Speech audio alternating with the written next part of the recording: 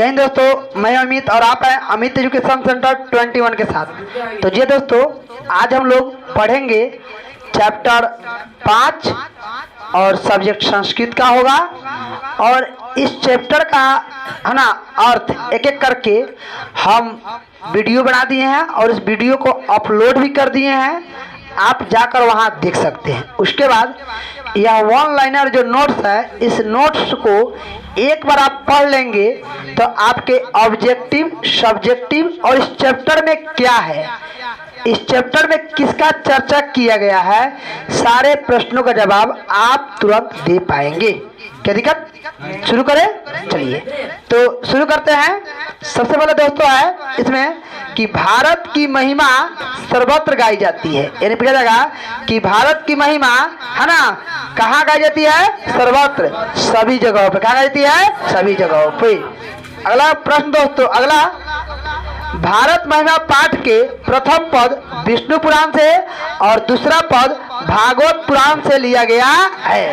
यानी भारत महिमा पाठ में प्रथम पद कहाँ से लिया गया है? विष्णु पुराण, और दूसरा पद कहाँ लिया गया है? भागवत पुराण से लिया गया है। पूछा जाएगा कि प्रथम पद कहाँ से लिया गया है और दूसरा पद कहाँ से लिया गया है? कोई डाउट नहीं ना है? आगे चलते हैं। कहा गया देवता भारत के गीत गाते हैं। देवता कहाँ के गीत गाते हैं? भारत के। भारत की भूमि स्वर्ग को प्राप्त करने वाली भूमि है, यानी भारत की जो भूमि है ना वह किसको प्राप्त करने वाली भूमि है? स्वर्ग को। तो इसका पूछा जाएगा कि भारत की भूमि किसको प्राप्त करने वाली है? स्वर्ग को। कोई दिक्कत नहीं ना है? भारत में जन्म लेने वाले लोग धन्य होते हैं। क्या होते हैं? धन्य। यानी जो व्यक्ति, जिस मानव का, जिस व्यक्ति का अगर जन्म भारत में हो गया तो समझिए कि आप धन्य हैं, आप बहुत बड़े महान व्यक्ति हैं। आपको खुश रहना चाहिए। और जब आपका जन्म हुआ है ना तो आपको हमेशा सही काम और हमेशा अच्छे मार्ग पर चलना चाहिए।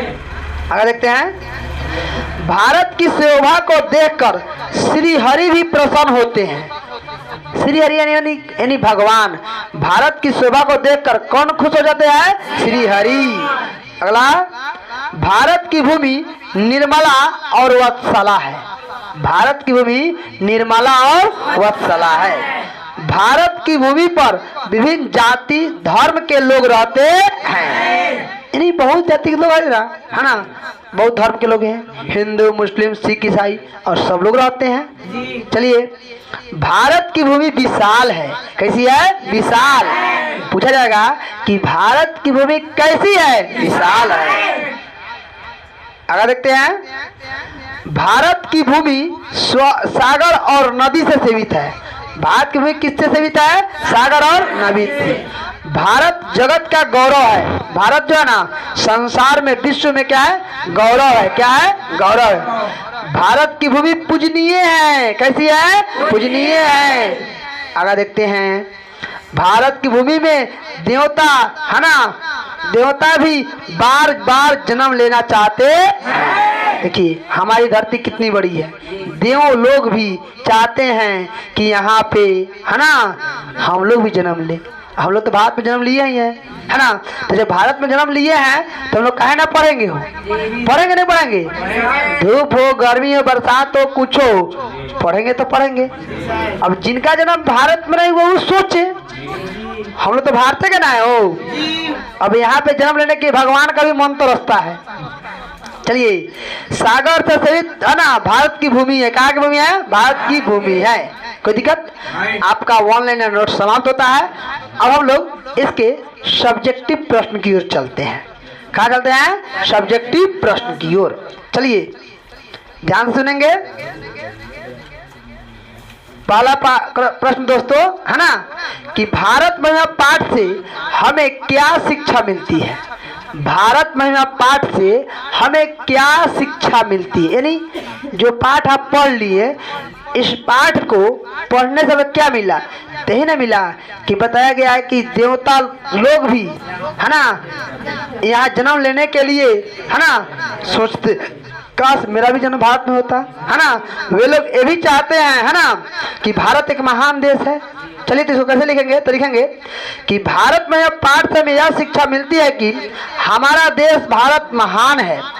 इस भूमि पर देवता भी बार बार जन्म लेना चाहते हैं। हमें भारतीय होने पर गर्व करना चाहिए।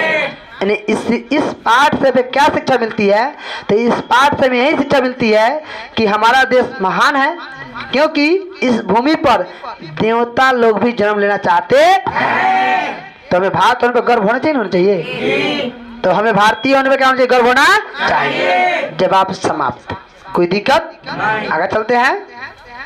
अगला करें कि भारत महिमा पाठ का अपने शब्दों में वर्णन करे। यानी भारत में जो पाठ है ना, उसका वर्णन अपने शब्दों में करना है। मतलब क्या, इस चैप्टर में आप का पढ़े हैं उस सारा बातवा के में लिख देंगे का आंसर हो जाएगा।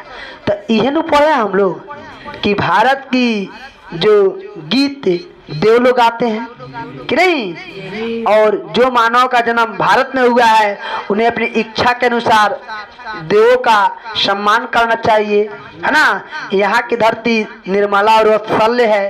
क्या हो, यहाँ विभिन्न धर्म के जाति के लोग एक साथ मिलकर रहते हैं।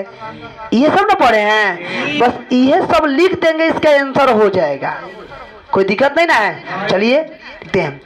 इस पाठ में भारत महिमा पाठ का वर्णन किया गया है। भारत की भूमि स्वर्ग को प्राप्त करने वाली भूमि है। इस भूमि पर देवता, है ना, गांधी देवता बार बार जन्म लेना चाहते हैं। भारत जगत का गौरव है। देवता भी भारत का गीत गाते हैं। हमें अपने देश की भक्ति करनी चाहिए। यानी ये सब पढ़ा गया है। तो जो जो पाठ में आप पढ़े हैं उसी पाठ का वर्णन इस लाइन में कर देंगे, इसका आंसर हो जाएगा। किस लाइन में, तो जब भी कहे कोई भी चैप्टर कहे, कोई भी चैप्टर कहे कि इस पाठ का अपने शब्दों में वर्णन करें, यानी उस पाठ में आप का सुने हैं, का सीखे हैं, क्या क्या मतलब समझे हैं, उसी को वर्णन कर देना होता है। कोई दिक्कत नहीं। तो भारत में पाठ में जो पढ़े हैं वही को लिख देना है, कोई भारी है, इतना इजी अलू का। अगला क्वेश्चन, लास्ट क्वेश्चन है दोस्तों। देवता लोग किस देश का गुणगान करते हैं, क्यों? तो देवता लोग भारत देश से गुणगान करते हैं क्योंकि भारत की भूमि स्वर्ग और मोक्ष प्राप्त करने वाली भूमि है। कोई दिक्कत है? बस 3 प्रश्न है, बाकी हम प्रश्न बाद में लेकर के आएंगे। अब हम लोग चलते हैं ऑब्जेक्ट